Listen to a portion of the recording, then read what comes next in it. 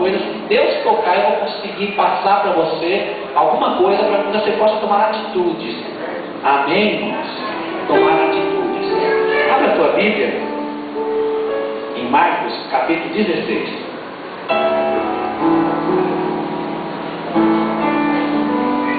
Marcos, capítulo 16, do versículo 9 a seguir. Marcos 16, do versículo 9 a seguir.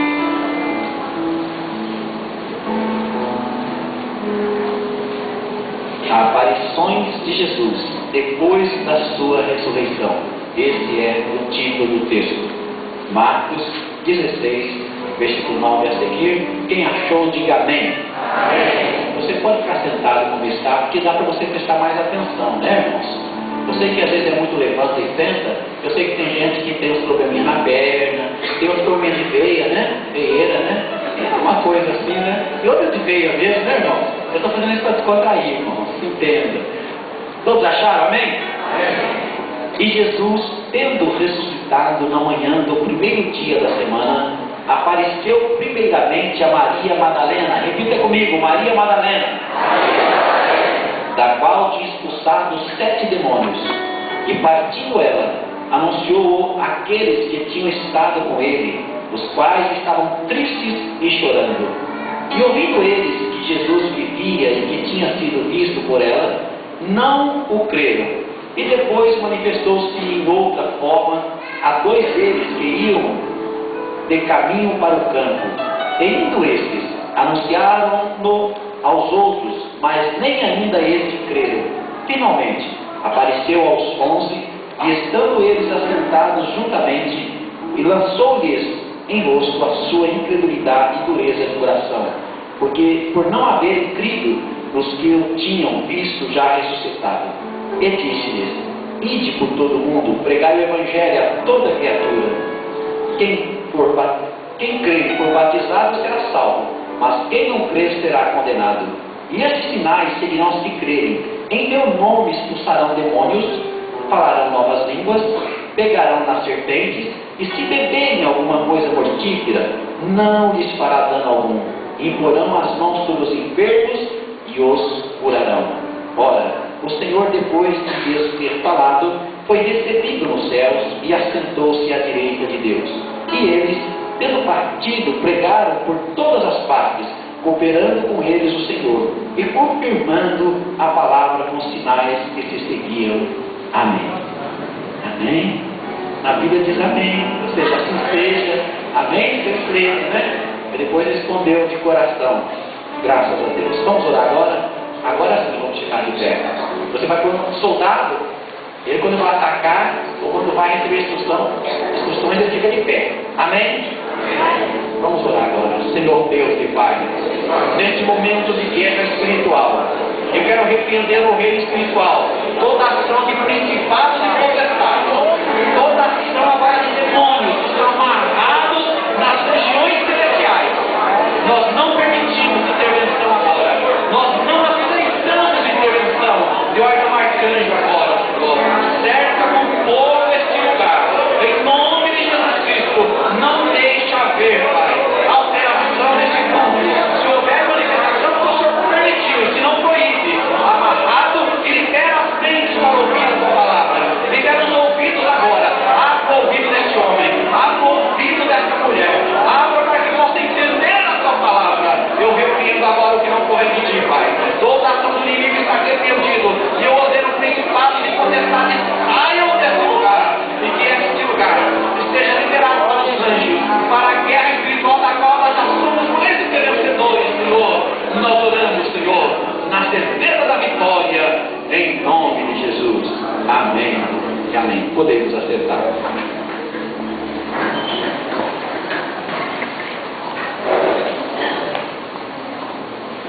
Queridos, a incredulidade é inimiga número 1 do cristianismo.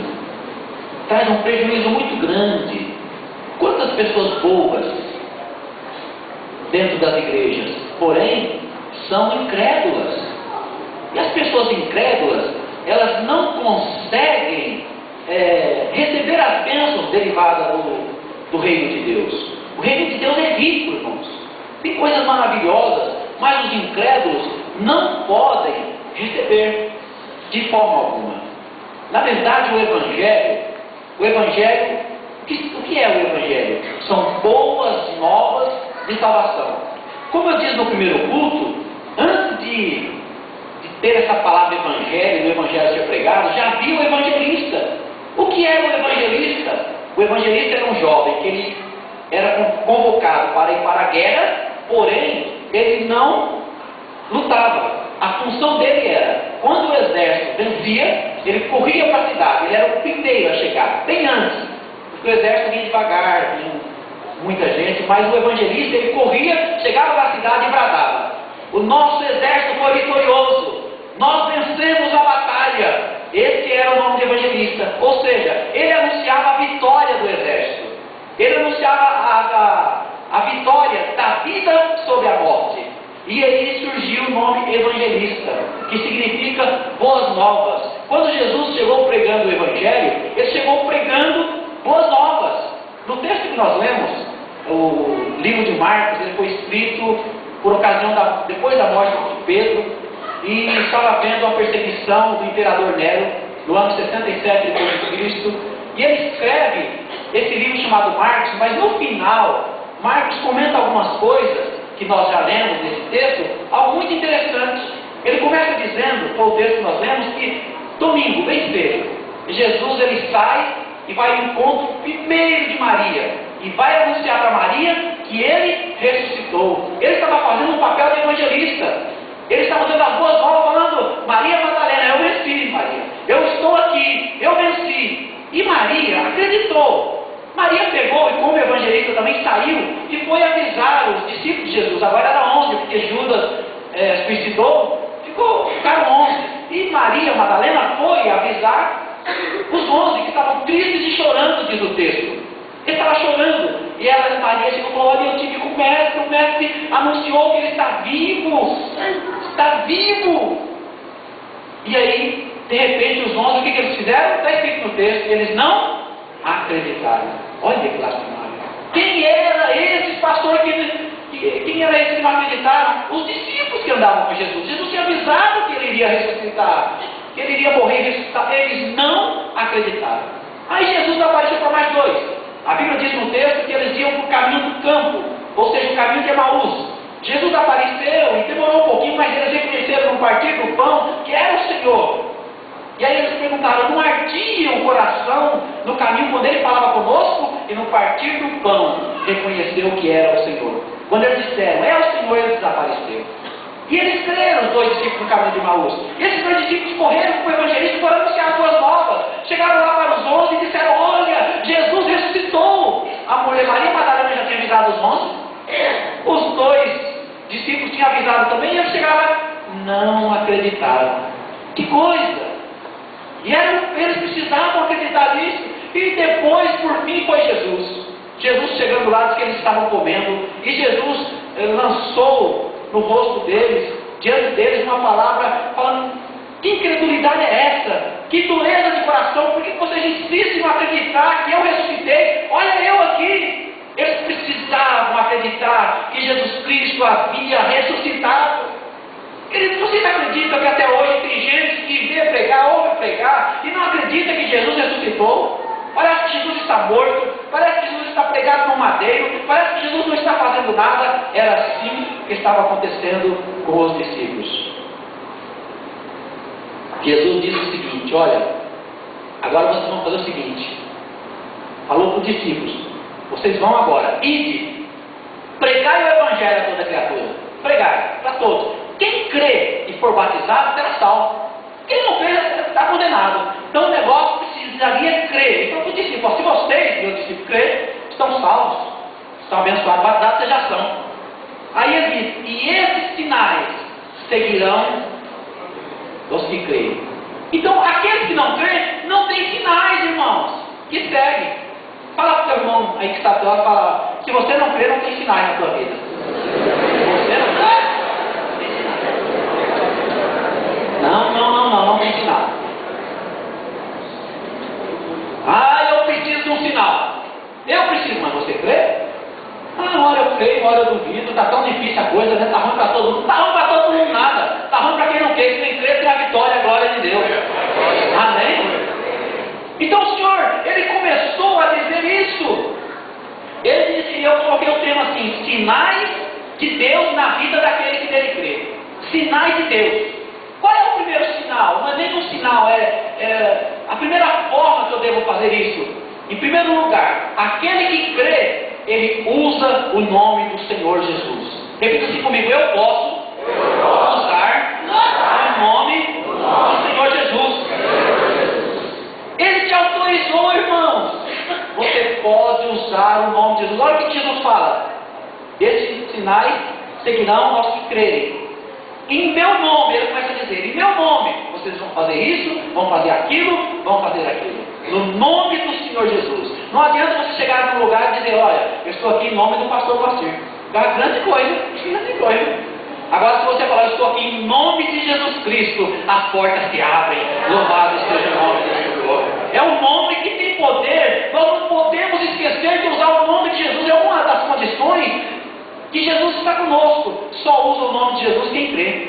Porque tem muitas pessoas na hora do desespero, usam palavrões, fala blasfêmia, fica blasfemando. Não, mas quem tem fé fala, Senhor, a coisa está apertada. Está apertando cada vez mais. Mas o nome de Jesus é poderoso na minha vida.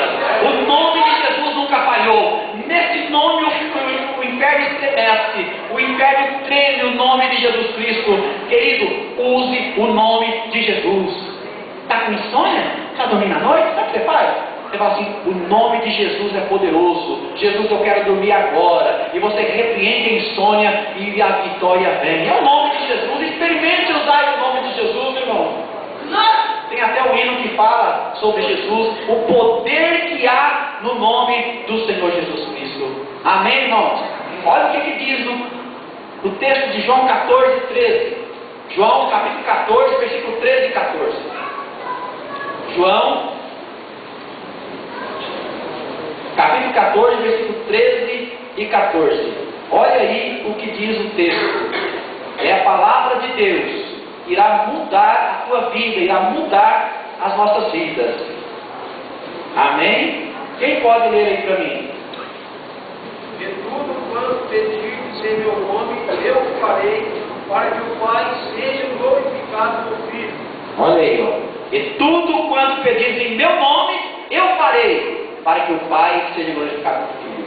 Você crê? E você pede no nome de Jesus? Tudo será feito. No versículo 14 diz, se pedirdes alguma coisa em meu nome, eu farei. É só para quem crê.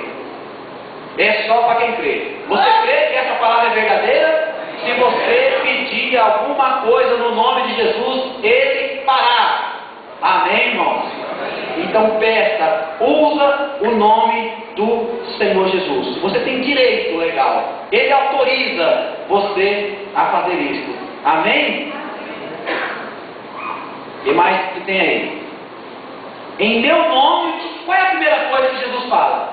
Porque você pode pedir muitas coisas no nome de Jesus. Mas Jesus aqui é sério, é o sinal que segue. Em meu nome, qual é a primeira coisa que Jesus falou? Porque no nome de Jesus você podia pedir prosperidade financeira. Em nome de Jesus você pediria a bênção no seu lar. Em nome de Jesus você pediria a cura da enfermidade. Mas em primeiro lugar, o que Jesus fala? Nós estamos falando assim, você pode usar o meu nome, mas em meu nome vocês, o que você sente aí? Expulsarão os demônios.